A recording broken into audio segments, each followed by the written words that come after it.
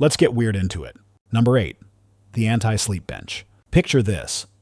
You're exhausted, dragging yourself through the city at 2 a.m., and you see a nice, shiny bench. Perfect, right? Wrong. Because that bench is specifically designed to reject your tired little body like a bad Tinder date. Slanted seats, weird armrests cutting across the middle, and angles so awkward they feel like a prank from a geometry teacher who hates you. This isn't bad design. It's intentional. Cities install anti-homeless benches so no one can lie down and sleep. It's called hostile architecture, when everyday objects are built not for comfort, but to control behavior. The psychology here is fascinating in a dark way. Make it just inconvenient enough that you choose to move along. It's not technically illegal to nap on a bench. It's just physically impossible. What's wild is that your brain starts learning from these design cues without you realizing. That slanted bench is whispering, public space is not for resting. Keep moving. And over time, you actually stop trying.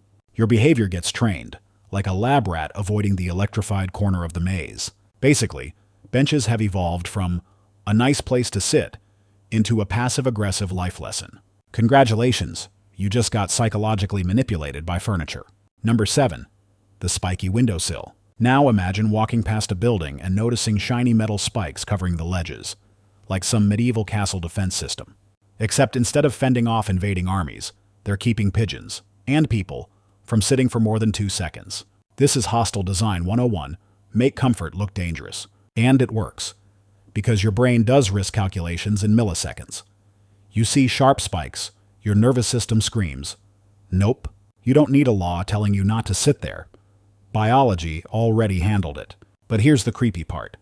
It doesn't just stop birds or homeless people. It sends a message to everyone. It's saying this space is not for you. Move along, citizen. And once again, we all obey without a second thought. Think about how wild that is. Instead of actual authority figures telling you what to do, some architect just drops a few spikes and suddenly you're a perfectly behaved little pedestrian. That's not urban planning. That's psychological conditioning, dressed up as public safety. So yeah, spikes on ledges aren't just ugly. They're a physical way of teaching you to feel unwelcome, without ever saying a word. Number 6. The divided bench. You know what's worse than being tired in public? Seeing a beautiful long bench that looks like it could fit 3 people lying down. But nope. Someone decided to slap random metal dividers across it. Now you've got 5 tiny micro seats, each about the width of a kindergarten chair, and God help you if your hips are wider than average. This trick is one of the most common examples of hostile architecture. Those bars aren't there for ergonomics or design flair.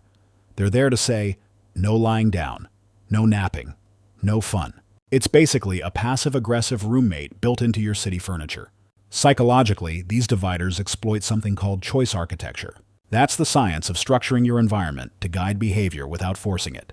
Like putting fruit at eye level in a cafeteria, so you're more likely to eat healthy. Except here, the healthy choice is stop existing in public for more than 10 minutes.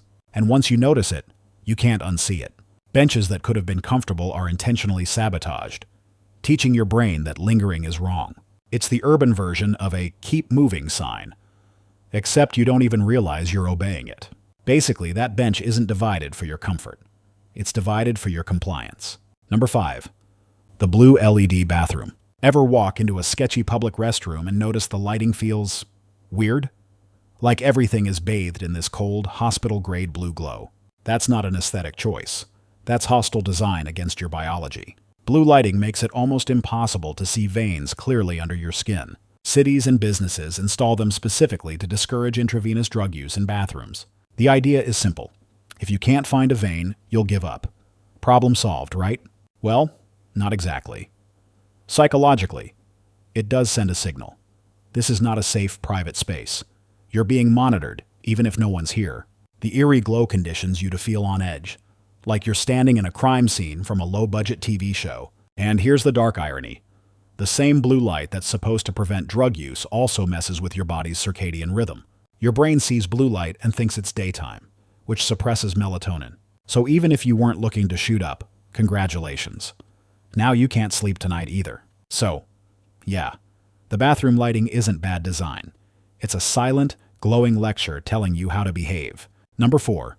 The anti-skate architecture. Picture this. You're a teenager with a skateboard, cruising around the city, looking for a perfect ledge to grind.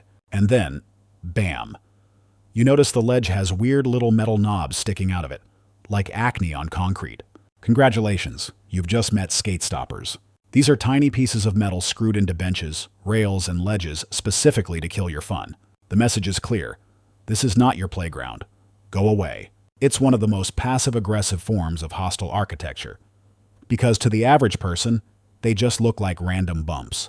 But to skaters, it's like putting spikes on a slide at the playground. Psychologically, this is fascinating because it weaponizes inconvenience. Instead of banning skateboarding outright, the city just makes it physically unplayable. Your brain quickly learns. Don't bother trying here. It won't work. That's classic behavioral conditioning, like Pavlov's dogs but with scraped knees. What's ironic is that skating is technically a form of exercise, community, and creativity. But urban planners looked at it and thought, nah, better to turn our cities into giant do not touch signs. So yeah, those metal bumps? They're not random. They're society's way of saying, stop having fun. Number 3, the defensive planter. Now imagine walking down a street and seeing a row of giant flower pots, perfectly spaced out in front of a building.